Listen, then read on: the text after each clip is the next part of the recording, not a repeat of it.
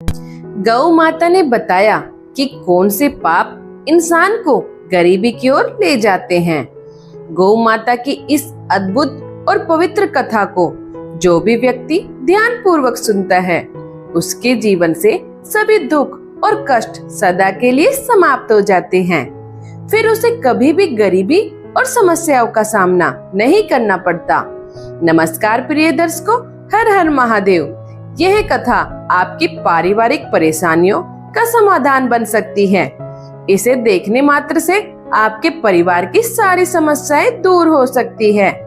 क्या आपने कभी सोचा है कि कुछ लोग कड़ी मेहनत करने के बावजूद भी गरीब और दुखी क्यों रहते हैं? क्या यह केवल भाग्य का खेल है या इसके पीछे कुछ गहरे रहस्य छुपे हैं? आज मैं आपको एक प्राचीन कथा सुनाने जा रही हूँ जो यह बताएगी कि कौन से पाप इंसान को दरिद्रता और दुख की ओर ले जाते हैं। यह कथा हमें जीवन के उन महत्वपूर्ण सबकों को सिखाएगी जिन्हें जानना हर व्यक्ति के लिए आवश्यक है। तो आइए इस गढ़ और आध्यात्मिक विषय की खोज में आगे बढ़ते हैं। किंतु आगे बढ़ने से पूर्व मेरा समस्त भाइयों, माताओं और बहनों से विनम्र निवेदन है कि इस कथा को पूर्ण श्रद्धा और भक्ति के साथ अवश्य सुने, क्योंकि गरुड़ पुराण में कहा गया है कि जो भी कथा या शिक्षा अधूरी छोड़ी जाती है वह पाप का कारण बनती है। इसलिए इस कथा को अंत तक अवश्य सुने। यदि आप एक सच्चे सनातनी हैं और भगवान श्री राम में अटूट श्रद्धा रखते हैं तो कृपया अभी वीडियो को लाइक करें और हमारे चैनल सनातन दिव्य ज्योति को सब्सक्राइब करें और कमेंट में जय श्री राम लिखकर अपना समर्थन व्यक्त करें। तो आइए प्रिय दर्शकों, बिना किसी देरी के आरंभ करते हैं। आज की प्रेरणादायक कथा।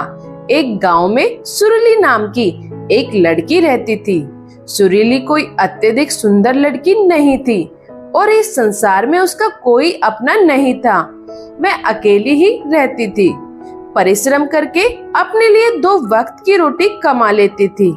यद्यपि वह अपनी आवश्यकता की पूर्ति कर लेती थी, फिर भी वह अपने हृदय में संतुष्टि अनुभव नहीं करती थी। उसे संसार के सभी लोग सुखी और प्रसन्न दिखाई देते थे।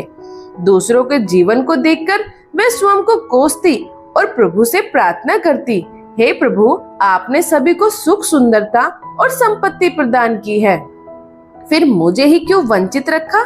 मुझ में ऐसी कौन सी भूल हो गई जिससे मुझे यह दुख मिला? क्या मेरे लिए प्रसन्नता का सुख के द्वार सदा के लिए बंद हो गए हैं? भगवान, क्या मैंने कोई ऐसा पाप किया है जिसका दंड भोग रही हूँ? इन्हीं विचारों में डूबी एक दिन वह गांव के बाहर एक वृक्ष के नीचे बैठकर अश्रु बहा रही थी। उसी समय एक तेजस्वी महात्मा वहां से गुजरे। उनका दिव्य स्वरूप देखकर प्रतीत हो रहा था कि वे कोई सिद्ध पुरुष है। उन्होंने उस रोती हुई लड़की को देखा और उसके पास आकर पूछा, बेटा, तुम क्यों रो रही हो? क्या तुम्हें कोई कष्ट है? सुरीली ने अश्रुपूरित नेत्रों से उत्तर दिया, महात्मा जी, मुझे कोई प्रेम नहीं करता। लोग मेरी रंगत का उपहास उड़ाते हैं। मैं सुंदर नहीं हूँ और मेरा कोई अपना भी नहीं है। मेरे पास धन संपत्ति भी नहीं है। संसार के सभी लोग सुखी हैं। सभी के पास परिवार, दौलत और खुशहाली है, परंतु मेरे पास कुछ भी नहीं है। क्या मुझे खुश रहने का अधिकार नहीं है? क्या मुझे जीवन जीने का अवसर कभी नहीं मिलेगा? महात्मा ने उसकी बात ध्यान पूर्वक सुनी और प्रेम पूर्वक बोले, बेटा, यदि तुम मुझे ऐसे व्यक्ति से मिलवा दो जो अपने जीवन में पूर्णतः सुखी है, तो मैं तुम्हें एक ऐसा दिव्य आशीर्वाद दूंगा जिससे तुम न केवल सुंदर हो जाओगी बल्कि तुम्हारा जीवन भी सुखमय बन जाएगा। महात्मा जी की यह बात सुनकर सुरीली का चेहरा प्रसन्नता से खिल उठा। वह आश्चर्यचकित होकर बोली, महात्मा जी, क्या यह सच है? महात्मा बोले, हाँ बेटा, यह पूर्णतः सत्य है। सुरीली बड़ी उत्साह के साथ बोली, यदि यह सच है तो मैं ऐसे व्यक्ति को जानती हूँ जो बहुत सुखी है। मैं अभी उन्हें आपके पास लेकर आती हूँ। मैं दौड़ती हुई अपने मालिक के पास पहुँची। वह एक किसान था जिसके पास वह काम करती थी। उसने किसान से कहा, काका मेरे साथ चलिए, मुझे एक सिद्ध महात्मा जी मिले हैं। उन्होंने कहा है कि यदि मैं उनके पास एक सुखी व्यक्ति को ले जाऊंगी तो वे मुझे भी सुंदर और सुखी बना देंगे। किसान उसकी बात सुनकर दुखी हो गया। उसने कहा, बेटी मैं तुम्हें सुखी कैसे दिखाई देता हूँ? मेरी फसलें खराब हो रही है, मुझे अच्छे दाम नहीं मिल रहे, राजा को लगान देना पड़ता है, मेरे पास इतने पैसे भी नहीं हैं कि मैं अच्छे बीज खरीद सकूं। इस वर्ष तो बारिश ने मेरी फसल भी बर्बाद कर दी। इन परिस्थितियों में मैं सुखी कैसे रह सकता हूँ? बेटा तुम किसी और को ढूंढ लो जो वास्तव में सुखी हो। सुरीली ने निराश होकर पूछा, तो फिर बताइए काका, आपके हिसाब से सबसे अधिक सुखी कौन है जिसे मैं अपने साथ महात्मा जी के पास ले जा सकूं? किसान थोड़ी देर तक सोचता रहा, फिर कहने लगा, बेटी मुझे लगता है कि व्यापारी सबसे सुखी है। उन्हें फसल लगाने या देखभाल करने की कोई चिंता नहीं होती, उन्हें तो केवल फसल खरीदनी होती है। वे कहीं से भी फसल या दूसरी वस्तुएं खरीद सकते हैं और बेच सकते हैं। उनका व्यापार मौसम पर निर्भर नहीं होता। वे हमसे कहीं अधिक धन कमाते हैं और लोग उनका बहुत आदर और सत्कार भी करते हैं। मुझे तो लगता है कि इस संसार में सबसे सुखी व्यापारी है। तुम उन्हीं के पास जाओ। लड़की अपने मालिक की बात सुनकर दौड़ी दौड़ी एक व्यापारी के पास जा पहुंची और कहने लगी, क्या आप मेरे साथ चल सकते हैं? मुझे एक सिद्ध महात्मा जी से मिलना है जिनमें मैं आपको मिलाना चाहती हूँ। उन्होंने कहा है कि यदि मैं उन्हें एक सुखी व्यक्ति से मिलवाऊंगी तो वे मुझे सुंदर और सुखी बना देंगे। व्यापारी उसकी बात सुनकर दुखी स्वर में कहने लगा, बेटी हमारे जीवन में सुख कहाँ है? हर तरफ दुख ही दुख है। चोर डाकुओं से सावधान रहना पड़ता है, व्यापार में भी घाटा चल रहा है, राजा भी हमसे कर वसूल करता है। इन सब कारणों से व्यापार करना बहुत कठिन हो गया है। हमें तो सुरक्षा भी पूरी नहीं मिलती। जीवन में हर समय डर बना रहता है। मुझे तो लगता है कि इस संसार में मुझसे ज्यादा दुखी और कोई नहीं है। लड़की यह सुनकर हैरान हो गई। उसने कहा, आपके पास तो सब कुछ है, इतना धन है, जमीन जायदाद है, बड़ा घर है, खाने पीने की कोई कमी नहीं, फिर भी आप दुखी कैसे हो सकते हैं? यह तो बहुत ही अजीब बात है। मुझे तो लगता था कि आप सबसे सुखी हैं। खैर कोई बात नहीं, आप मुझे ऐसा आदमी बता दीजिए जो आपके अनुसार सबसे ज्यादा सुखी हो, ताकि मैं उसे महात्मा जी के पास ले जा सकूं। व्यापारी कुछ देर सोचने के बाद बोला, मुझे तो लगता है कि राजा के अधिकारी सबसे ज्यादा सुखी हैं। उनका संबंध सीधे राजा से होता है। उनके पास अधिकार और धन दोनों होते हैं। वे चोर डाकू से बिल्कुल नहीं डरते। वे तो हमसे कर भी वसूल करते हैं और हमें उनके सम्मान में झुकना पड़ता है। सारे लोग उनका बहुत सत्कार करते हैं। मुझे तो लगता है कि उनके जीवन में कोई दुख नहीं होगा। वे ही सबसे ज्यादा सुखी है। काश मैं भी राजा का अधिकारी होता तो मेरा जीवन भी सुखमय होता। सुरीली ने पूछा, क्या आप किसी अधिकारी को जानते हैं? क्या आप मुझे उनसे मिलवा सकते हैं? मैं उन्हें अपने साथ ले जाऊंगी। यदि वे सबसे सुखी हुए तो महात्मा जी ने मुझे ऐसा वरदान देंगे जिससे मैं भी सुंदर और सुखी हो जाऊंगी। व्यापारी को सुरीली पर दया आ गई। उसने उसे एक राज अधिकारी से मिलवा दिया जिसे वह जानता था। सुरीली अधिकारी से मिली और कहने लगी, क्या आप मेरे साथ चल सकते हैं? मुझे एक सिद्ध महात्मा जी मिले हैं। सुरीली ने सारी बात अधिकारी को बताई। राज अधिकारी उसकी बातें सुनकर बोला, तुम्हें किसने कहा कि मैं सबसे ज्यादा सुखी हूँ? मेरा जैसा दुखी व्यक्ति तो इस पूरी दुनिया में कोई नहीं होगा। तुम्हें तो यह भी नहीं पता कि हमारे ऊपर कितनी जिम्मेदारियां और दबाव होते हैं। हम दिन रात चिंता में घिरे रहते हैं। राजा के हर आदेश को पूरा करवाना पड़ता है और वे आदेश इतनी आसानी से पूरे भी नहीं होते। उन आदेशों को पूरा करने के लिए हमें कई मुश्किलों का सामना करना पड़ता है। यहाँ तक कि राजा कभी भी कोई भी आदेश जारी कर देते हैं और हमें उस आदेश को लागू करना पड़ता है। जनता का गुस्सा और बाकी सारी मुश्किलें, यह सब कुछ हमें ही झेलनी पड़ती है और तुम सोचती हो कि मैं सुखी हूँ? कभी नहीं। अगर वे महात्मा जी तुम्हें सुखी कर दे तो तुम मुझे भी उनसे मिलवा देना। मैं भी सुखी होना चाहता हूँ। मैं भी अपना जीवन खुशी खुशी बिताना चाहता हूँ। वह लड़की हैरान होकर राज अधिकारी से कहने लगी, जहाँ तक मैं सोचती थी आप उस दुनिया में सबसे सुखी हैं, परंतु आप भी सुखी नहीं हैं। आपको क्या लगता है कि इस दुनिया में कोई ऐसा इंसान है जो सबसे ज्यादा सुखी हो? लड़की की बातें सुनकर वह राज अधिकारी कहने लगा, हाँ, मुझे लगता है कि इस पूरे राज्य में केवल एक ही आदमी सुखी है और वह है इस राज्य का राजा। मुझे तो सिर्फ वही सुखी लगते हैं क्योंकि उन्हें किसी की सुननी नहीं पड़ती। वे अपनी मर्जी के मालिक हैं और हम सब पर आदेश चलाते हैं। सभी लोग उनके सामने झुकते हैं। उनके पास ना तो धन की कमी है और ना ही जमीन जायदाद की। बस यूं समझो सारी धरती को उन्होंने जीत लिया है। वे सबके मालिक हैं। वे सबसे ऊंचे हैं और वही सुखी इंसान हैं। काश मैं भी किसी राजा के घर पैदा हुआ होता तो मैं भी सबसे सुखी होता। उस राज अधिकारी की यह बातें सुनकर वह लड़की अधिकारी से कहने लगी, क्या आप मुझ पर एक कृपा कर सकते हैं? आप मुझे एक बार राजा से मिलवा सकते हैं? आपकी बहुत ही मेहरबानी होगी। मैं सिर्फ एक बार राजा से मिलना चाहती हूँ।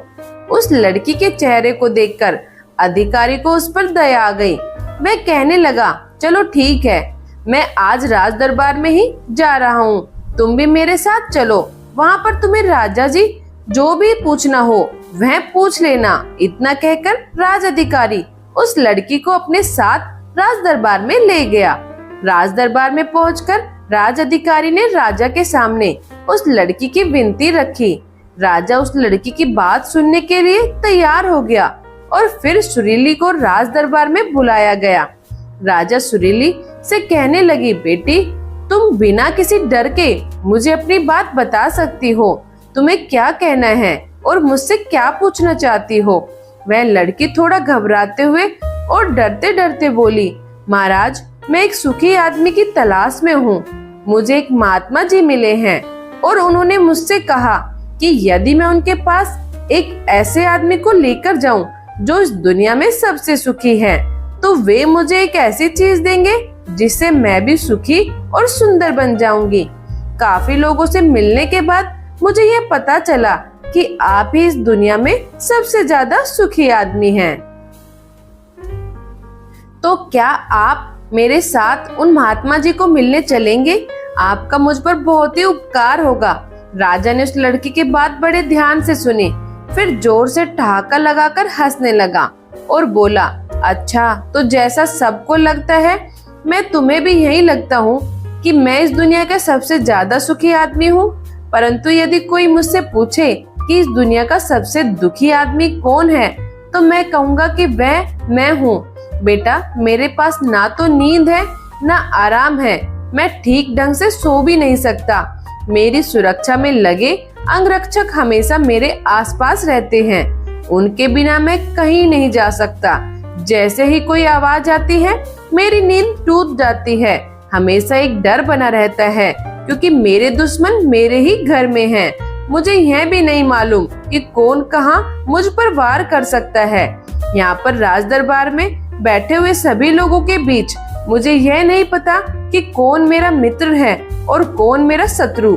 यहाँ पर बैठा हुआ हर आदमी मेरे ही दरबार का है, परंतु मुझे हर किसी पर शक करना पड़ता है। हर सांस मुझे भारी लगती है। इतने बड़े राज्य की जिम्मेदारी निभाना कोई आसान बात नहीं है। तुम्हें लगता होगा कि राजा के पास सभी ऐशो आराम, धन और दौलत है, इसलिए राजा तो हमेशा खुश और सुखी रहता होगा। पर मैं तुम्हें बता दूं कि यह सब चीजें सुख नहीं देती। राजा की बातें सुनकर लड़की कहने लगी, मुझे माफ करिएगा महाराज, अगर धन दौलत ऐशो आराम यह सब सुख नहीं दे सकते तो सुंदरता तो सुख दे ही सकती है, क्योंकि सुंदर लोगों को सभी लोग प्यार करते हैं, उन्हें हर कोई इज्जत देता है। राजा ने मुस्कुराकर जवाब दिया, बेटा, अक्सर मैंने देखा है जो लोग चेहरे से सुंदर होते हैं वे दिल के साफ नहीं होते। उनके दिल सुंदर नहीं होते। वे लोग तो सिर्फ एक मुखौटा लगाए घूमते हैं। वे दूसरों को यह दिखाते हैं कि वे कितने सुंदर है, परंतु समय सबकी सुंदरता छीन लेता है। चेहरे की सुंदरता समय के साथ समाप्त हो जाती है। असली सुंदरता तो मनुष्य के मन में होती है। जो मन से सुंदर है वह हमेशा सुंदर रहता है। तब लड़की कहने लगी, महाराज आप ही बताइए कि आपके अनुसार इस संसार में सबसे ज्यादा सुखी और सुंदर कौन है। राजा हंसते हुए कहने लगा, मेरे अनुसार तो वह गरीब आदमी सबसे सुखी है, जो 2 वक्त की रोटी कमा लेता है, जिसे कोई चिंता नहीं, कोई बंधन नहीं, जो कहीं भी घूम सकता है, जिसे कुछ भी लूट जाने का डर नहीं, जिसे रात को नींद अच्छी आती है, उसी को मैं सबसे ज्यादा सुखी समझता हूँ। और मैंने तुम्हें देखा है, तुम ही सबसे ज्यादा सुखी, और तुम्हारे पास नींद है, अच्छा दिल है, चारों तरफ खुली हुई राहें हैं, तुम अपनी मर्जी से कहीं भी आ जा सकती हो। तुम्हारे पास कोई डर नहीं, कोई साजिश नहीं, कोई चिंता नहीं, सिर्फ जीवन है, खुला जीवन। मेरे अनुसार तो तुम ही सबसे ज्यादा सुखी हो। राजा की यह बातें सुनकर लड़की एक बार सोच में पड़ गई। फिर उसे इस बात का एहसास हो गया कि सचमुच वही सबसे ज्यादा सुखी है। अब वह जो भी थी, जैसी भी थी, उसे अपने आप पर गर्व होने लगा। सारा दिन इधर उधर भटकने के बाद अब मानसिक तौर पर वह शांत हो चुकी थी। वह वापस लौटकर उन महात्मा जी के पास आई और कहने लगी, महात्मा जी, जब मैं यहाँ से गई थी तो मुझे लग रहा था कि मैं ही सबसे ज्यादा दुखी हूँ और मैं ही सबसे ज्यादा बदसूरत हूँ। पर जैसे जैसे मैं लोगों से मिलती गई, मुझे इस बात का एहसास हो गया कि इस दुनिया में सबसे ज्यादा सुखी इंसान तो मैं ही हूँ। हाँ, यह बात अलग है कि मैं आपके पास किसी भी सुखी आदमी को नहीं ला सकी, क्योंकि मुझे लगता था कि मेरे अलावा सभी लोग सुखी हैं। परंतु अब बात बिल्कुल उल्टी हो गई है। मुझे छोड़कर यहाँ पर सभी दुखी है। हर किसी को कोई न कोई डर है, किसी चीज को खो देने का डर और कुछ न पाने का डर है, अपना जीवन खुलकर ना जी पाने का डर है। इस हिसाब से मैं सबसे ज्यादा सुखी हूँ। मैं खुशी से झूम सकती हूँ, गा सकती हूँ, जहाँ मेरा मन हो वहाँ जा सकती हूँ। 2 वक्त की रोटी कमाने के लिए मेरे पास हाथ पैर है। मुझे किसी बात की कोई चिंता नहीं है। मेरे पास कुछ भी ऐसा नहीं है जिसे खो देने का डर हो। ये सारी बातें सुनकर महात्मा जी कहने लगे, आखिरकार तुम्हें वह सुख और सुंदरता मिल ही गई। आज से तुम सुखी और सुंदर हो। यह कहकर महात्मा जी वहाँ से चले गए। सुरीली भी अब यह जान चुकी थी कि वह सबसे सुंदर और सुखी है। अब उसे किसी बात का कोई दुख नहीं था।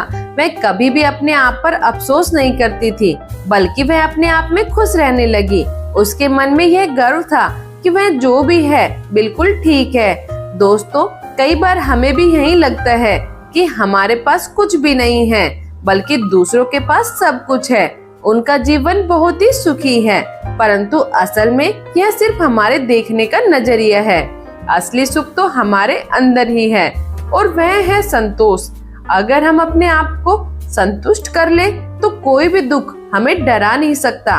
पर हमारी सबसे बड़ी तकलीफ यही है कि हम अपने आप को नहीं, बल्कि दूसरों को अपने आप से बड़ा देखते हैं। दूसरों को खुश देखकर हमारे अंदर ईर्ष्या पैदा हो जाती है और हमें लगता है कि हमें छोड़कर सभी लोग खुश हैं। हमें इस बात की तकलीफ होती है कि दूसरों के पास इतना सब कैसे और क्यों है और हमारे पास नहीं है। यह सिर्फ हमारी सोच है। जैसा कि राजा ने कहा था कि असल सुख कहीं और नहीं, बल्कि हमारे अंदर ही है। हमारे पास जो भी है, अगर हम उसमें संतुष्ट रहें तो कोई भी दुख हमें परेशान नहीं कर सकता। परंतु अगर हम हमेशा यही सोचेंगे कि हमारे पास कौन सी चीज नहीं है, तो हम हमेशा दुखी ही रहेंगे। एक गांव में पुरुषोत्तम नाम का एक गरीब आदमी रहता था। वह इतना गरीब था कि उसके परिवार को 2 समय की रोटी भी नहीं मिल पाती थी। एक दिन धन कमाने की इच्छा को लेकर वह एक दूसरे राज्य की ओर चल पड़ा। उसने जरूरत की कुछ चीजें अपने साथ रख ली। चलते चलते जब वह जंगल के रास्ते से गुजर रहा था तो उसे एक कुआं नजर आया। कुएं को देखकर उसे प्यास लगने लगी। जब पुरुषोत्तम ने कुएं में झांक कर देखा तो कुएं के अंदर एक शेर, एक सांप और हाथ में खंजर लिए हुए एक आदमी खड़ा था। ऊपर से किसी आदमी को जागता हुआ देखकर शेर बोलने लगा, अरे भाई तुम कौन हो? बड़े ही अच्छे समय पर आए हो। मेहरबानी करके मुझे इस कुएं से बाहर खींच लो। मैं कई दिनों से इस कुएं में पड़ा हुआ हूँ। मुझे इस कुएं से निकाल दो। मेरे ऊपर उपकार करो। शेर की ऐसी प्रार्थना सुनकर पुरुषोत्तम कहने लगा, क्या तुम मुझे बेवकूफ समझते हो? अगर मैं तुम्हें बाहर निकाल दूंगा तो तुम निकलते ही सबसे पहले मुझे मारकर खा जाओगे। तुम जैसे जंगली जानवर पर मैं विश्वास नहीं कर सकता। शेर बोला, अरे भले आदमी, मैं तो खुद मुसीबत में हूँ। मैं भला तुम्हें नुकसान क्यों पहुँचाऊंगा? शेर के बार बार प्रार्थना करने पर पुरुषोत्तम को उस पर दया आ गई। मैं सोचने लगा, आखिर परोपकार ही तो पुण्य का काम होता है। और फिर शेर कहने लगा, देखो भाई, मैं तुमसे वादा करता हूँ कि मैं तुम्हें किसी भी तरह का नुकसान नहीं पहुँचाऊंगा और हमेशा तुम्हारा एहसानमंद रहूंगा। तब सोच विचार करके पुरुषोत्तम ने रस्सी डालकर उस शेर को कुएं से बाहर खींच लिया।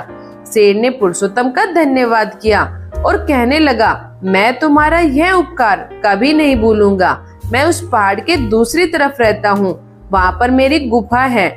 मित्र, अगर तुम में कभी भी कोई मुसीबत आ जाए, तुम मेरे पास चले आना। हो सकेगा तो मैं तुम्हारी सहायता अवश्य करूंगा। इसके बाद कुएं के अंदर से सांप की आवाज आने लगी। सांप कहने लगा, अरे भले मानस, जिस तरह से तुमने शेर को बाहर निकाला है, मुझे भी कुएं से बाहर निकाल दो।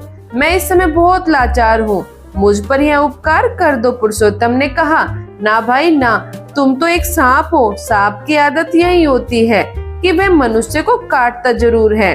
मैंने तुम्हें बाहर निकाला और तुमने मुझे काट लिया। सांप कहने लगा, अरे भाई, क्या कोई अपने मददगार को भी नुकसान पहुंचाता है? पुरुषोत्तम ने कहा, नहीं नहीं, मैं तुम पर विश्वास नहीं कर सकता।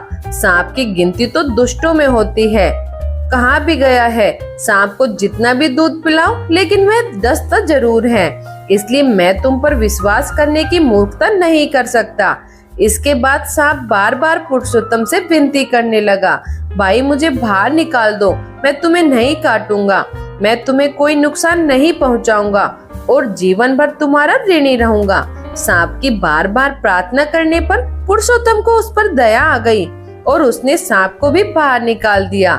सांप कुएं से बाहर आकर कहने लगा, अरे भाई, तुमने मेरी सहायता की। अगर तुम्हें किसी मुसीबत का सामना करना पड़ा तो तुम मुझे सिर्फ याद कर लेना, मैं उसी समय तुम्हारे पास आ जाऊंगा। मेरा यह तुमसे वचन है। तब पुरुषोत्तम ने कहा, अगर तुम इतने ही सामर्थ्यवान हो तो फिर अपने आप कुएं से बाहर क्यों नहीं निकले? सांप ने कहा, हे मनुष्य, वास्तव में मैं कोई साधारण सांप नहीं हूँ, बल्कि सर्वों का राजकुमार हूँ। एक श्राप के कारण मुझे पृथ्वी लोक पर आकर एक साधारण सांप का जीवन बिताना पड़ा। मेरी सारी चमत्कारी शक्तियाँ मुझसे छीन ली गई, परंतु 2 दिन के बाद मेरा यह श्राप खत्म हो जाएगा और फिर मैं नागलोक वापस लौट जाऊंगा। मेरी सारी शक्तियाँ मुझे वापस मिल जाएगी। इसलिए अगर तुम्हें कभी भी सहायता की आवश्यकता हो तो तुम मुझे यह कहकर पुकारना कि नागराज प्रकट हो। ऐसा तुम 3 बार कहोगे तो तुम जहाँ पर भी रहोगे, मैं वहीं तुम्हारे सामने प्रकट हो जाऊंगा। इसके बाद सांप भी कुएं के नजदीक ही बैठ गया। तब पुरुषोत्तम ने कहा, ठीक है सर्प, अगर ऐसा कोई समय आएगा तो मैं अवश्य ही तुम्हें याद करूंगा। इसके बाद कुएं में से आदमी की आवाज आई और वह कहने लगा, अरे भाई, मुझे भी तो कुएं से बाहर निकाल दो, मैं तुम्हारा हमेशा ऋणी रहूंगा। पुरुषोत्तम जैसे ही उस आदमी को कुएं से बाहर निकालने के लिए आगे बढ़ा तो सांप कहने लगा, भाई तुम इस आदमी की सहायता मत करो, यह तुम्हारी बिरादरी का जरूर है, लेकिन ये बहुत ही बड़ा गुणचोर है। इसके बाद शेर भी यही बात कहने लगा, भाई ये आदमी तुम्हें नुकसान पहुंचा सकता है, यह बहुत ही बड़ा गुणचोर आदमी है। इसके बाद सांप और शेर दोनों मिलकर पुरुषोत्तम से कहने लगे, भाई अगर तुम इस आदमी की सहायता करोगे तो तुम खुद ही मुसीबत में फंस जाओगे, क्योंकि यह आदमी सहायता के लायक नहीं है। जो इसकी सहायता करेगा यह उसी की जड़ काटता है। इतना कहकर शेर और सांप वहाँ से विदा लेकर चले गए। उनके जाने के बाद कुएं में गिरा हुआ आदमी गिड़गिड़ाकर कहने लगा, अरे भाई, तुमने सांप और शेर की तो जान बचा दी, मेरे भी प्राण बचा लो, मैं तुम्हारी ही बिरादरी का हूँ। तब पुरुषोत्तम ने कहा, भाई परंतु यह जानवर तो तुम्हारी बुराई कर रहे थे, इससे तो यही लगता है कि तुम एक अच्छे आदमी नहीं हो। मैं तुम्हारी कोई सहायता नहीं कर सकता। मैं दूसरा आदमी कहने लगा, अरे भाई तुम इन जानवरों की बातों में मत आओ, मैं तो बड़ी ही मुश्किल से इस खंजर की सहायता से अपने प्राण बचाए हुए हूँ, वरना यह जानवर मुझे अवश्य ही नुकसान पहुँचाते। शायद इसलिए ये मेरी बुराई कर रहे थे। इसके बाद में आदमी रोने धोने लगा और जोर जोर से चिल्लाने लगा। यह देखकर पुरुषोत्तम को उस पर दया आ गई। उसने सोचा, चलो इस आदमी को भी निकाल देते हैं। पुरुषोत्तम ने उस आदमी को कुएं से बाहर निकाल दिया। उस आदमी ने कुएं से बाहर आकर पुरुषोत्तम को धन्यवाद कहा और कहने लगा, तुमने जो मुझ पर उपकार किया है उसे मैं 7 जन्मों तक नहीं भूलूंगा। पुरुषोत्तम बोला, अरे भाई इसमें उपकार जैसे क्या बात है, आखिर इंसान इंसान के काम आता है, लेकिन तुम यह तो बताओ कि तुम कौन हो। उस आदमी ने पुरुषोत्तम को अपना परिचय दिया और कहा, मैं एक सुनार हूँ, पास के ही राज्य में स्वर्णपुरी में रहता हूँ। अगर मेरे लायक कोई सेवा हो तो तुम मेरे घर पर जरूर आना। अपना नाम और पता बताकर मैं सुनार वहाँ से चला गया। इसके बाद पुरुषोत्तम ने भी कुएं से पानी पिया और अपनी राह पर चल पड़ा। काफी देर तक चलने के बाद वह एक बड़े नगर में पहुंचा, जहां पर पहुंचकर उसने सबसे पहले नौकरी की तलाश की। वह एक सेठ की दुकान पर गया और उनसे कहने लगा, सेठ जी क्या मेरे लायक कोई काम है आपके पास? सेठ ने कहा, नहीं भाई, अभी तो यहाँ पर कोई जगह खाली नहीं है। इस तरह से पुरुषोत्तम वहाँ पर कई दुकानों पर घूमा, परंतु उसे कोई भी काम नहीं मिला। आखिरकार बेचारा गरीब पुरुषोत्तम निराश होकर वहाँ से लौट आया। इसके बाद खूब भाग दौड़ करने के बाद भी तकदीर ने उसका साथ नहीं दिया। अब पुरुषोत्तम सोचने लगा, मैं अपनी पत्नी और बच्चों के सामने क्या मुंह लेकर जाऊंगा। मुझ जैसे बदनसीब को तो आत्महत्या ही कर लेनी चाहिए। इस तरह से हताश होकर गरीब पुरुषोत्तम आत्महत्या करने के बारे में सोचने लगा। लेकिन तभी उसके मन में सांप और शेर की बात याद आ गई। उन लोगों ने बुरे समय में उसकी सहायता करने का वचन दिया था। मैं सोचने लगा, क्यों ना उन तीनों को एक बार आजमा कर देख लिया जाए, शायद वे लोग मेरी कुछ सहायता कर सके। तब आत्महत्या का विचार छोड़कर पुरुषोत्तम सबसे पहले नगर के पास जाकर पहाड़ पार करते हुए उस जंगल में जा पहुंचा, जहाँ पर शेर की गुफा थी। पुरुषोत्तम जब शेर की गुफा के पास पहुंचा तो शेर उसे देखकर बहुत ही खुश हुआ। वह अपनी गुफा से बाहर आकर कहने लगा, आओ मित्र, तुम्हें देखकर मुझे बहुत ही खुशी हुई, बोलो मैं तुम्हारी क्या सहायता कर सकता हूँ। पुरुषोत्तम ने कहा, शेर भाई, बात असल में यह है कि मैं एक बहुत ही गरीब आदमी हूँ, ना तो मेरे पास धन है और ना ही कोई रोजगार। अगर मेरे घर के लिए धन की कुछ व्यवस्था हो जाए तो मैं अपने घर लौट जाऊंगा, वरना आत्महत्या करने के अलावा मेरे पास कोई रास्ता नहीं है। शेर कहने लगा, मित्र तुम इतना निराश मत हो, तुम यहीं पर ठहरो, मैं अभी आता हूँ। इतना कहकर शेर अपनी गुफा के अंदर चला गया, जबकि पुरुषोत्तम गुफा के बाहर ही बैठा रहा। जब शेर गुफा से बाहर निकला तो उसके मुंह में एक सोने का रत्नजित हार था।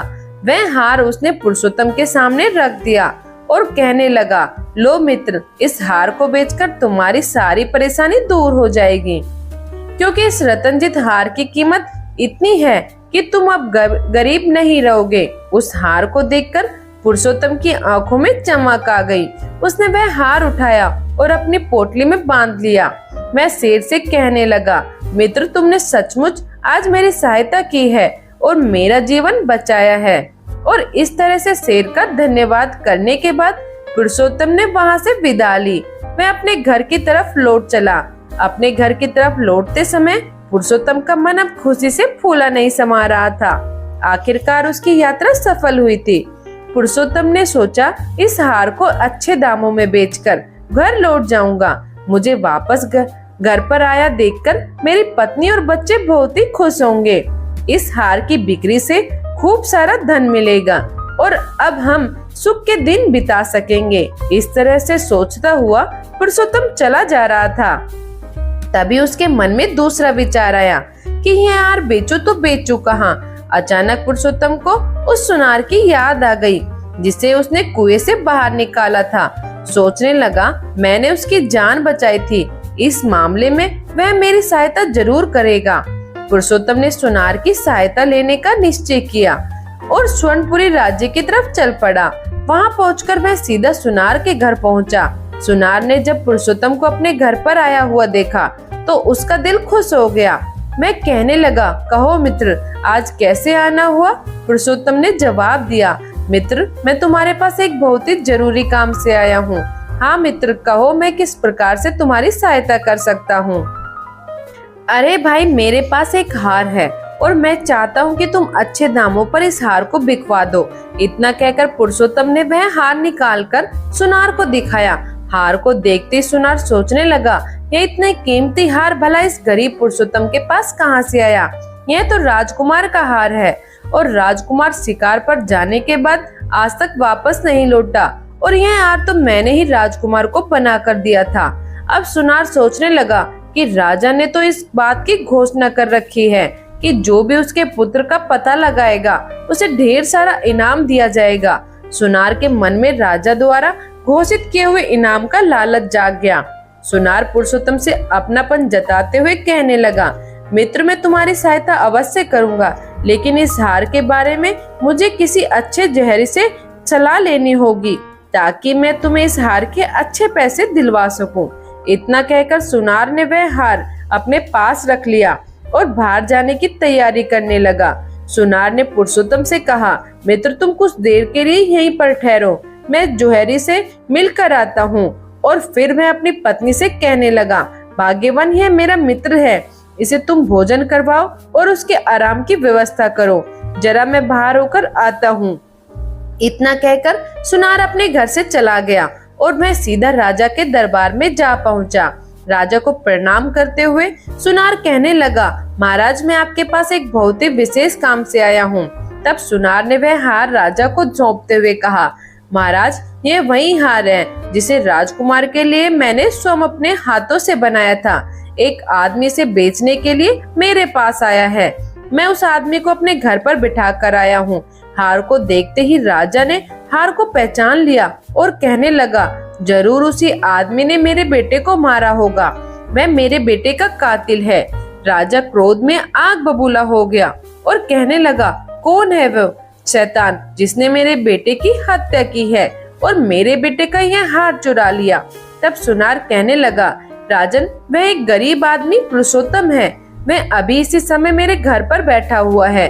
राजा ने गुस्से में पागल होते हुए अपने सेनापति को आदेश दिया कि वह सुनार के घर जाकर उस आदमी को तुरंत पकड़कर लेकर आए। सेनापति उसी समय सैनिकों को अपने साथ लेकर पुरुषोत्तम को पकड़ कर ले आया। उसे राजा के दरबार में पेश किया गया।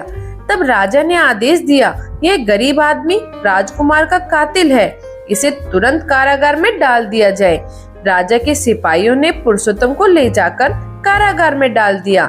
जब सैनिक जाने लगे तब पुरुषोत्तम ने कहा, मुझे राजकुमार का कातिल क्यों ठहराया गया है? मैं तो बिल्कुल निर्दोष हूँ। सिपाही कहने लगा, अगर तुमने राजकुमार की हत्या नहीं की तो फिर राजकुमार का यह हार तुम्हारे पास कैसे आ गया? और जिस सुनार को तुम यह हार बेचना चाहते थे, उसी सुनार ने यह हार राजकुमार के लिए बनवाया था और उसने ही आकर यहाँ पर यह सूचना दी थी, इसलिए तुम पकड़ में आ गए। अब तुम बच नहीं सकते। कुछ ही दिनों के बाद राजा तुम्हें फांसी दे देंगे। इतना कहकर सैनिक वहाँ से चले गए। सैनिकों के जाने के बाद पुरुषोत्तम सोचने लगा, इस गुनाह ने तो मुझे बहुत बड़ी मुश्किल में डाल दिया। अब मैं क्या करूं? इस राज्य में तो मेरा कोई मददगार भी नहीं है। हे प्रभु, मेरी रक्षा करो। अब तो पुरुषोत्तम सोचने लगा, अगर मुझे फांसी हो गई तो मेरी पत्नी और मेरे बच्चों का क्या होगा? तभी अचानक पुरुषोत्तम को सांप का वचन याद आया जिसे उसने कुएं से निकाला था। अगले ही पल पुरुषोत्तम ने हाथ जोड़कर 3 बार सांप को बुलाया और कहने लगा, सरप्राज, मेरी सहायता कीजिए। आपने मुझे वचन दिया था कि मुश्किल के समय में आप मेरी सहायता करेंगे। 3 बार पुकारने पर नागराज पुरुषोत्तम के सामने प्रकट हो गया और कहने लगा, मित्र, तुमने मुझे कैसे याद किया? पुरुषोत्तम ने बताया, मित्र, मैं एक बहुत ही बड़ी मुसीबत में फंस गया हूँ। राजा ने मुझे जबरदस्ती कारागार में डलवा दिया है। एक ऐसे अपराध की सजा सुना दी है जो मैंने किया ही नहीं। सांप ने कहा, ऐसा कैसे हो सकता है भाई? तुम पुरुषोत्तम ने शेर के द्वारा उसे हार देने और राजा के द्वारा उसे गिरफ्तार करने का सारा किस्सा कह सुनाया और बड़े ही करुण स्वर में कहने लगा, मित्र, अब तुम ही मुझे बचा सकते हो। तुमने मुझे वचन दिया था कि मुसीबत के समय तुम मेरे काम आओगे। अब तो मेरी जान पर बनाई। सर्प कहने लगा, मित्र, मैंने तो तुम्हें पहले ही कहा था कि वह आदमी एक नंबर का गुणचोर है। उस आदमी की सहायता मत करना, वह तुम्हारे लिए मुसीबत बन सकता है। और फिर सांप पुरुषोत्तम से कहने लगा, मित्र, अब मेरी बात को ध्यान से सुनो और हमेशा इन बातों को अपने जीवन में याद रखना। जो आदमी धन का लालची हो उस पर कभी विश्वास मत करना। जो तुम्हारा पूर्व का बैरी हो उस पर भी कभी यकीन नहीं किया जा सकता। और जो अनेक स्त्रियों और पुरुषों में मन लगाने वाला हो, चाहे वह स्त्री हो या पुरुष, वह तुम्हें धोखा अवश्य देगा। इन तरह के लोगों को कभी भी दोस्ती नहीं करनी चाहिए, क्योंकि चाहे कितनी भी गहरी दोस्ती हो, यह तीन तरह के लोग तुम्हें धोखा अवश्य देंगे। इन पर कभी भी आंख बंद करके विश्वास नहीं करना चाहिए। अब तुमने मुझे सहायता के लिए बुलाया है तो मैं तुम्हारी सहायता अवश्य करूंगा। और वह कहने लगा, मैंने एक उपाय सोच लिया है। मैं चुपके से रानी के कमरे में जाकर उसे डस लूंगा, लेकिन मैं उसमें इस तरह से विष डालूंगा कि मेरे विष के प्रभाव से वह बेहोश हो जाएगी। फिर चाहे कोई कितना भी प्रयास कर ले, वह होश में नहीं आएगी और उसे होश में लाने का काम सिर्फ तुम ही कर सकोगे। उसका इलाज बिल्कुल साधारण होगा। तुम राजा के बगीचे में से एक गुलाब का फूल तोड़कर उसे मसलकर रानी के माथे पर लगा देना। ऐसा करते ही रानी को होश आ जाएगा। राजा खुश होकर तुम्हें छोड़ देगा, क्योंकि राजा अपनी रानी से बहुत ही प्यार करता है। वह उसे जिंदा रखने के लिए कुछ भी कर सकता है। वह सांप पुरुषोत्तम से इतना कहकर जेल की कोठरी से निकलकर रानी के कक्ष में जा पहुंचा। अगले ही पल उसने रानी को डस लिया। रानी तुरंत उठ बैठी और चिल्लाने लगी। सांप खिड़की के रास्ते बाहर निकल गया। रानी चीखती चिल्लाती हुई कक्ष में जमीन पर गिर पड़ी। राजा के नौकरों ने रानी को गिरता हुआ देखा तो वे दौड़कर रानी के पास पहुँचे। रानी ने चिल्लाकर बताया, मुझे सांप ने काट लिया है। और इसके बाद रानी बेहोश हो गई। नौकरों ने तुरंत जाकर राजा को सूचित किया कि महारानी को एक जहरीले सांप ने डस लिया है। जब यह खबर राजा को मिली तो उसने तुरंत अपने सेवकों को बुलाकर राजवैद्य को अपने पास बुलाया और कहने लगा, वैद्य जी, मेरी पत्नी को बचा लीजिए। इसे किसी जहरीले सांप ने डस लिया है। यदि महारानी को कुछ हो गया तो मैं भी जीवित नहीं रहूंगा। तब वैद्यराज ने कई तरह की औषधियां बनाई और महारानी को दी, लेकिन उपचार का कोई लाभ नहीं हो रहा था। तब वैद्य ने कहा, महाराज, महारानी जी का इलाज अब मुझसे संभव नहीं है, क्योंकि रानी जी को जिस सांप ने काटा है वह बहुत ही जहरीला है। मेरी कोई भी औषधि अब काम नहीं कर रही। और फिर राजवैद्य ने राजा को दिलासा देते हुए कहा, लेकिन आप निराश मत होइए, अभी वक्त है। आप किसी दूसरे वैद्य या हकीम को बुलाकर लाइए। शायद उनके पास कोई ऐसी औषधि हो जिससे रानी ठीक हो जाए। अगले ही पल राजा ने मंत्री को आदेश दिया, महामंत्री, फौरन यह ऐलान करवा दिया जाए कि जो भी हमारी रानी का इलाज करेगा और उसको ठीक कर देगा, उसे मुंह मांगा इनाम दिया जाएगा। इसके बाद मंत्री ने तुरंत पूरे राज्य में घोषणा करवा दी। आदेश का ऐलान होते ही कई वैद्य और हकीम राजमहल में पहुंच गए। महारानी को तरह तरह की औषधियां दी जाने लगी, लेकिन इतने उपचार के बाद भी महारानी की बेहोशी वैसे बनी रही। और फिर एक एक करके सारे वैद्य वापस लौट गए। सब तरह की औषधियां देकर भी सब हार चुके थे। अब तो भगवान ही महारानी को बचा सकते थे। सभी वैद्य और हकीमों का ऐसा निराशनपूर्ण उत्तर सुनकर राजा का दिल टूट गया। वह मन ही मन में घबराने लगा और कहने लगा, हे भगवान, महारानी ये कैसी मुसीबत में फंस गई। उधर जेल की कोठरी में बंद पुरुषोत्तम ने जब राजा का ऐलान के बारे में सुना, उसने पहरेदार से कहा, मुझे रानी के पास ले चलो, मैं रानी को ठीक कर सकता हूँ। पहरेदार कहने लगा, अरे भाई, अच्छे अच्छे वैद्य और हकीम उन्हें ठीक नहीं कर सके। तो तुम एक हत्यारे होकर उन्हें कैसे ठीक करोगे? पुरुषोत्तम ने उससे विनती की, अगर आप मुझे एक बार महाराज के पास ले चलिए तो मैं सच कहता हूँ, मैं रानी को जिया सकता हूँ। तब पहरेदार ने यह खबर राजा के पास पहुंचाई। राजा ने तुरंत पुरुषोत्तम को अपने पास बुलाया और राजा ने उससे कहा, जल्दी से तुम मेरी रानी को जहर उतार दो। अगर तुम ऐसा नहीं कर पाए तो मैं अभी के अभी तुम्हारा सिर कटवा दूंगा। पुरुषोत्तम कहने लगा, ठीक है महाराज, मुझे मंजूर है। पुरुषोत्तम के विश्वास दिलाने पर पुरुषोत्तम को रानी के पास ले जाया गया। पुरुषोत्तम ने कहा, महाराज, सबसे पहले मैं आपके साई बगीचे में जाना चाहता हूँ। साई बगीचे में जाकर पुरुषोत्तम ने वहाँ से एक गुलाब का फूल तोड़ा और महल में वापस आकर उस फूल को मसल मसल कर रानी के माथे पर लगा दिया। अगले ही पल महारानी बिस्तर से उठ खड़ी हुई और महारानी के बदन का नीलापन चला गया। उसका चेहरा पहले की तरह से चमकने लगा। राजा ने रानी से कहा, आप इस गरीब पुरुषोत्तम की वजह से जीवित हुई हैं। फिर राजा ने रानी के ठीक हो जाने की खुशी में पुरुषोत्तम को क्षमा कर दिया। राजा ने जब उससे उसकी असलियत पूछी तो पुरुषोत्तम ने सारी बातें स्पष्ट रूप से उसे बता दी। तब राजा ने पुरुषोत्तम को खूब सारा धन देकर उसे अपने राज्य से विदा किया, जबकि सुनार को पकड़कर जेल में डाल दिया गया। तो दोस्तों, मुझे पूरी उम्मीद है कि आपको ये कहानी पसंद आई होगी। दर्शक बंधु, कहानी अभी भी यहीं खत्म नहीं होती।